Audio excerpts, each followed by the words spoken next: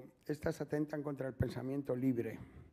Es además un lector muy, muy exigente de mi padre, y creo que pocas personas pueden dialogar mejor con este libro desde el rigor intelectual y desde el afecto y desde las ideas bien pensadas que el libro contiene. Buenas noches, Gabriel. Buenas noches, Jorge. Y bueno, ante todo, en lo que concierne a tu padre, pues fue un gran amigo, y yo considero que un lujo para este país, de este tipo de lujos que desgraciadamente este país produce últimamente con tan poca frecuencia. Así que el poder recordarle y poder hablar un poco de él, mira, es un placer que me proporcionas y que no sé cómo agradecerte. Pues nada, la verdad que yo te agradezco a ti que tan rápido dijeras sí cuando te pregunté si querías venir a Orense a comer pulpo y a culturizar. A pesar de mi avanzada edad, no hubiera podido decir no. Bueno, pues vamos a ver hoy para qué sirve la filosofía, sobre qué significa leer a Platón y a Nietzsche cuando todo el mundo parece tener tanta prisa, y sobre cómo se transmite un legado sin traicionarlo.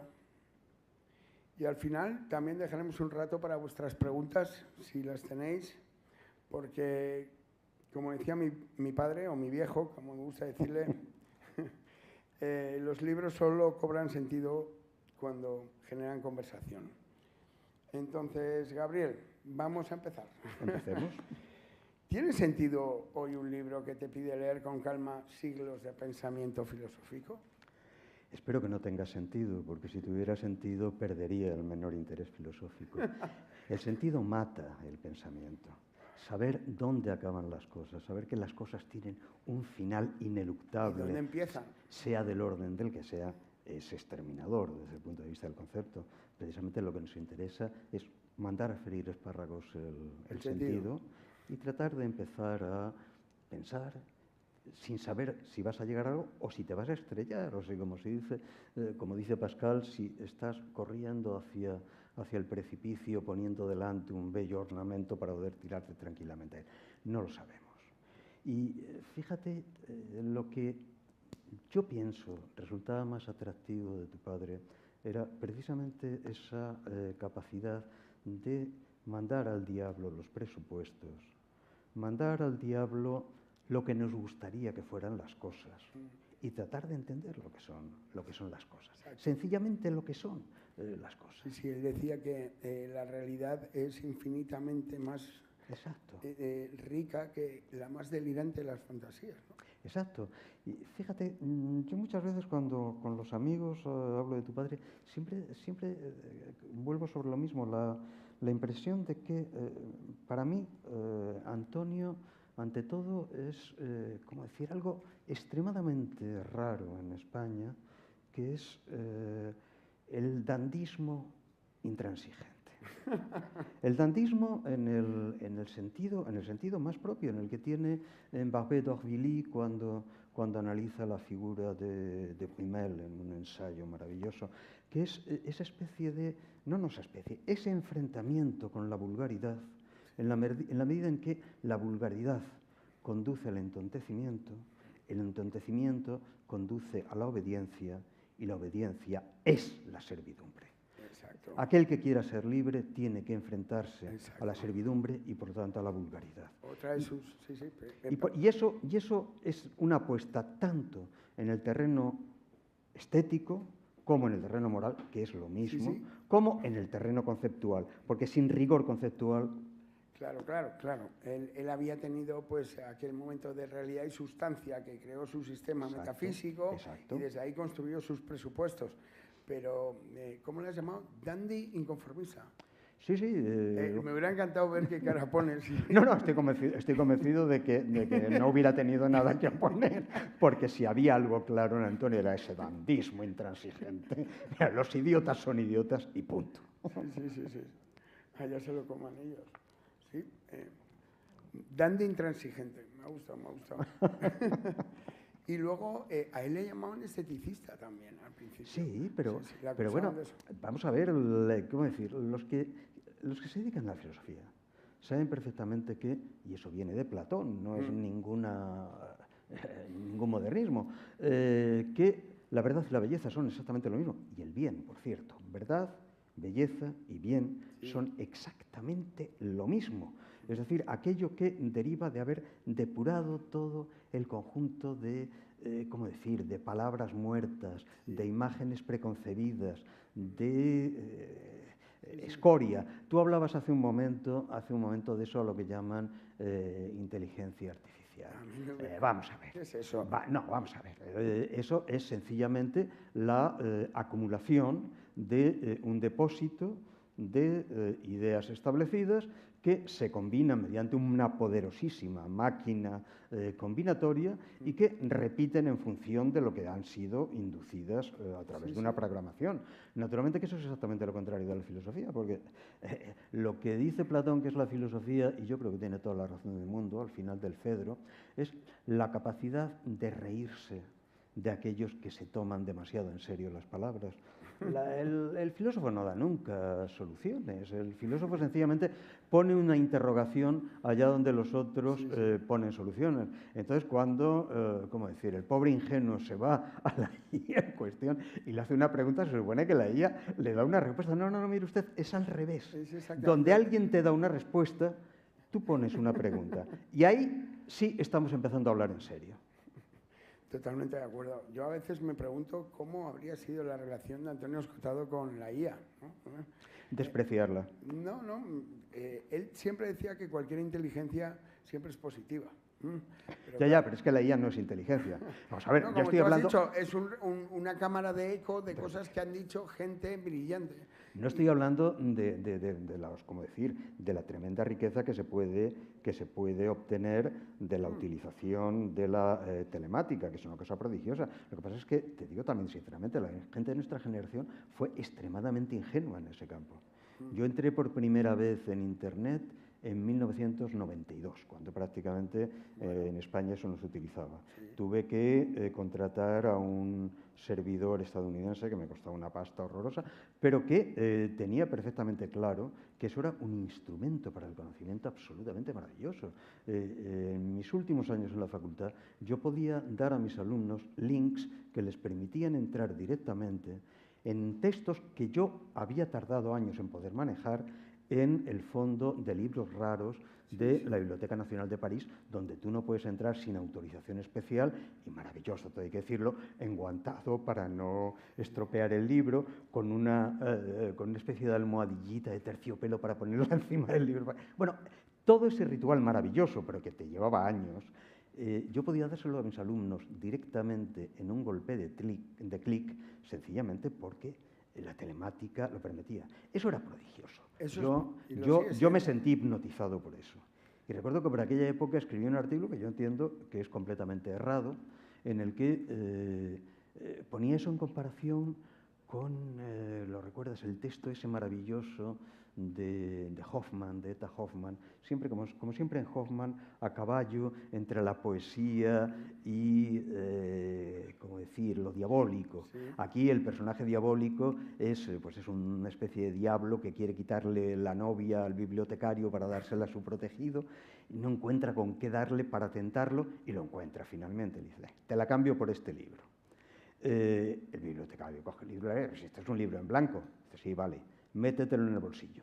Piensa en el libro más raro, en la edición más rara, esa de la que has oído hablar a todo el mundo pero que nadie ha visto. Hecho.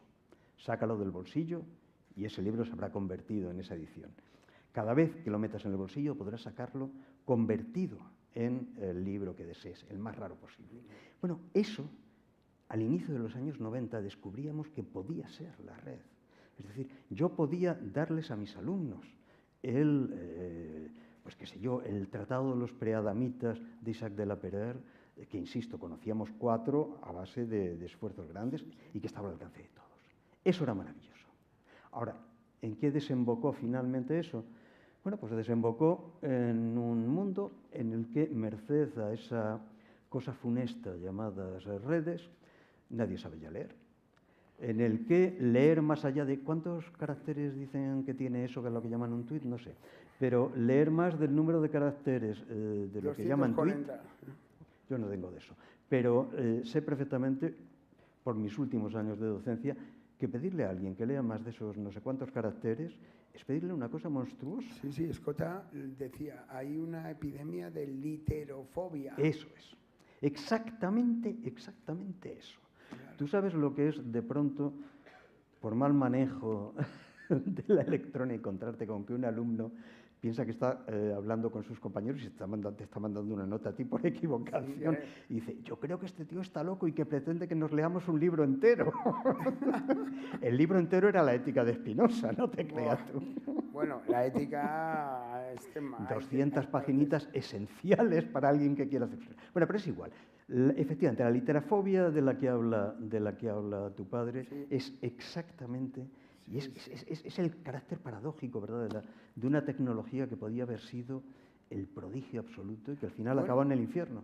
Gracias a Internet, Escotado hace los enemigos del comercio. Exacto. Y cuidado, gracias a Internet hay cantidad de personas que leen a tu padre por haber seguido precisamente las estupendas páginas que has hecho tú. Exacto. Y sobre todo las redes sociales, que están muy bien para difundir el pensamiento. La IA ya es como un tercer estado, ¿no? Primero fue Internet, luego las redes y ahora ya la IA. Yo espero que se cumpla. Escríbeme una carta. Exacto. Escríbeme una carta como si fuera Antonio Escotado y para Gabriel Albiac. Yo estoy seguro que ahora si el último imbécil que utiliza eso le dice que escriba una columna como si fuera Gabriel Albiac, sería mucho más Gabriel Albiac que Gabriel Albiac. Que tú mismo, claro. Naturalmente, claro. Porque Gabriel Albiac tiene la costumbre, como tenía tu padre, saludable, de tener ciertas sospechas acerca de Gabriel Albiac. Por lo tanto, poner un signo de interrogación encima del nombre. Pero la IA no. A la IA le dicen que sea Gabriel Albiac y es Gabriel Albiac. ¿Sabes aquello que decía Borges? Que tiene mucha gracia. Borges va paseando por Buenos Aires y viene el típico fan insoportable. ¡Ah, es usted Borges! Y el otro responde, uy, hijo, solo algunas veces. Soy el la otro. La IA es siempre la IA. Es tremendo, desde luego, que da un poco de miedo. ¿Y qué diferencia hay entre enseñar filosofía y enseñar a pensar, Gabriel? Eso es maravilloso y por eso yo pienso que tiene tanto interés este último libro de tu padre. Ser un filósofo y ser un profesor de filosofía son dos cosas perfectamente distintas y que no hay que confundir en absoluto. Y es cierto, como es distinto ser un compositor musical y ser un musicólogo. Sí. Y es cierto que se pueden producir casos muy raros en los que los dos oficios se cruzan. Exacto. En ambos casos existen. Sí. En el caso de la España de los últimos 50 años, hay muy pocos profesores de filosofía que hayan sido al mismo tiempo filósofos. Y yo pienso que eso es así porque es muy difícil ser las dos cosas al mismo tiempo. Un filósofo tiene la obligación absoluta de enfrentarse al universo del discurso de su tiempo, al universo representativo de su tiempo y tratar de girar sobre él. Cuestionarlo. Exacto, para lo cual tiene que dominarlo. Claro. ¿Recuerdas la fórmula de Heráclito que tu padre utiliza en la divulgación, referida justamente a la articulación entre filosofía y mito? Sí. El señor que vaticina en Delfos, en el oráculo, jute legei, jute cryptei, ala semainei. Ni enseña ni oculta, da signos, da señales. Es decir, hace interrogaciones. El filósofo tiene que limitarse a dar interrogaciones. El universo que descansa en movimiento. Exacto. El filósofo tiene que limitarse a poner interrogaciones. El profesor no. El profesor tiene que tratar de entender por qué y cómo Platón dice lo que dice, o por qué y cómo lo dice Fichte, y cuáles son las condiciones de formación cultural y literaria de Platón, o cuál es el espacio de los mitos que operan en tiempo de Platón, para que él pueda hacer esa segunda navegación, o bien cuál es el marco que fija el romanticismo de la revista Athenaeum para que Fichte pueda plantearse en 1794 la interrogación con la que inicia su lección inaugural en Jena. Y eso además no se le puede perdonar. No se puede excusar a un profesor que no sea riguroso. Vamos a ver, no se puede hacer ensayismo en clase, eso es intolerable. Pero exactamente por eso, digo, el arte maravilloso de tu padre es el haber operado en las dos claves. Sí, Ser probablemente el filósofo más radicalmente creativo de su generación, yo diría que de la segunda mitad del siglo XX español, y al mismo tiempo, cuando tiene que hacer academia, hacer esto. Es decir, un texto pum, pum, pum, perfectamente asentado en cada lugar. Este texto era el que menos tiempo le había costado. Claro, porque se había pasado toda la vida haciéndolo, claro. Que decir, es lo que le pasa a un buen profesor, tú te pasas toda la puñetera vida haciendo algo y naturalmente cuando de pronto, ¿y por qué no? Bueno, pues vamos a ver. Vamos a hacer un libro de texto y el departamento dijo, ¿y quién lo hace? Dijo, hombre, esto lo hago yo en 2 tardes. Y hay una cosa que se traduce. Mi libro más rentable. Y hay una cosa se mantuvo en la UNED. Y hay una cosa que se traduce inmediatamente, que es la fascinación de tu padre por, ¿cómo decir?, los presupuestos de la filosofía, los orígenes del mundo griego. Porque es que 2/3 de este libro están dedicados al mundo griego. Aristóteles tiene 2 capítulos. Exacto. Y antes de entrar en Platón y Aristóteles, hay toda una primera parte que no encuentras habitualmente en los manuales de filosofía, que es el estudio de por qué Platón habla de mitos. Que no es ningún capricho, demonios. Como no es ningún capricho el que Platón hable en forma de diálogo. Habla en forma de diálogo porque así habla la tragedia. Y habla de mitos porque mito es el mito, que significa narración, sencillamente. Mito no significa otra cosa en griego, narración. Mitos son las narraciones a través de las cuales el griego forja en la lengua su identidad. Por lo tanto, si tienes que entender cómo demonios funciona una subjetividad griega, no tienes más remedio que remitirte a 2. A Homero o a Heródoto. Exacto. Y al mundo de los trágicos, naturalmente. La verdad que Escota se nota que disfruta con los griegos. O sea, ahí es evidente. Es el germen. Es evidente, es que aquel libro suyo sobre los orígenes de la filosofía, que era una exactamente, era una verdadera obra de arte, era un homenaje a los primeros maestros. Es que realmente quien no entienda que la filosofía viene de ese momento, de ese desvelamiento. De ese desvelamiento. Fíjate, yo recomiendo a quienes visiten Atenas, porque suele pasar desapercibido. Todo el mundo al ir a Atenas sube a la Acrópolis. Yo lo primero que recomendaría es que después de subir a la Acrópolis se baje a la polis, que está debajo, para darse cuenta de una cosa fantástica, absolutamente fascinante, que baje al ágora. Darse cuenta de que Atenas era una aldea pequeñita, que en esa ágora puedes ir localizando todo aquello de lo que habla Platón y te das cuenta de que está todo en el espacio de una aldea mínima. Y en segundo lugar, que salga un poquitín de Atenas y se vaya a las afueras a visitar Eleusis. Claro, Eleusis, que era el lugar oculto, realmente era el lugar de los cultos de Demeter, que tu padre analizó también, y que era el lugar oculto. Sigue siendo de algún modo un lugar oculto, sigue estando muy a trasmano de los turistas, y es más, está en medio de un lugar horroroso, porque como la ciudad, la periferia de la ciudad ha crecido por esa zona, lo que hay alrededor son fábricas y cosas así. Casi nadie, a no ser que vayas muy a tiro hecho, llega allí.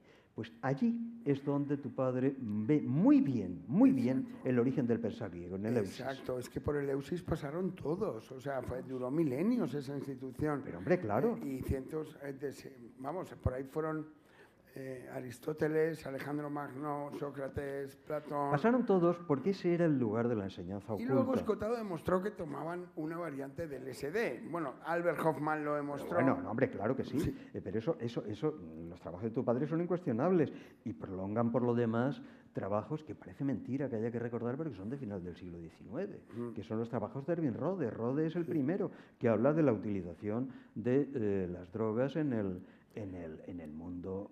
En el mundo pagano. En el mundo de Eleusis, en el mundo de los cultos, de los primeros cultos griegos. Pero vamos a ver, es que no hay una sola tradición que no haya utilizado esos cultos. Tú subes a Delfos y ahí está el agujero, ahí está donde estaba la pitia, el ombligo.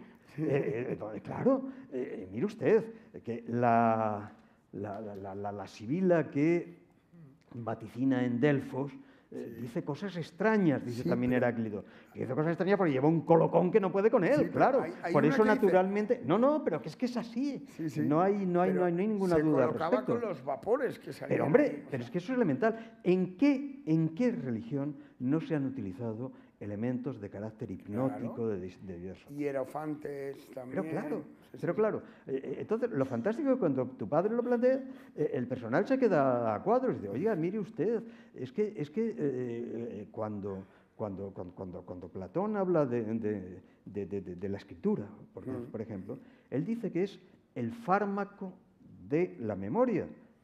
Buah. Pero es que fármaco en griego significa droga.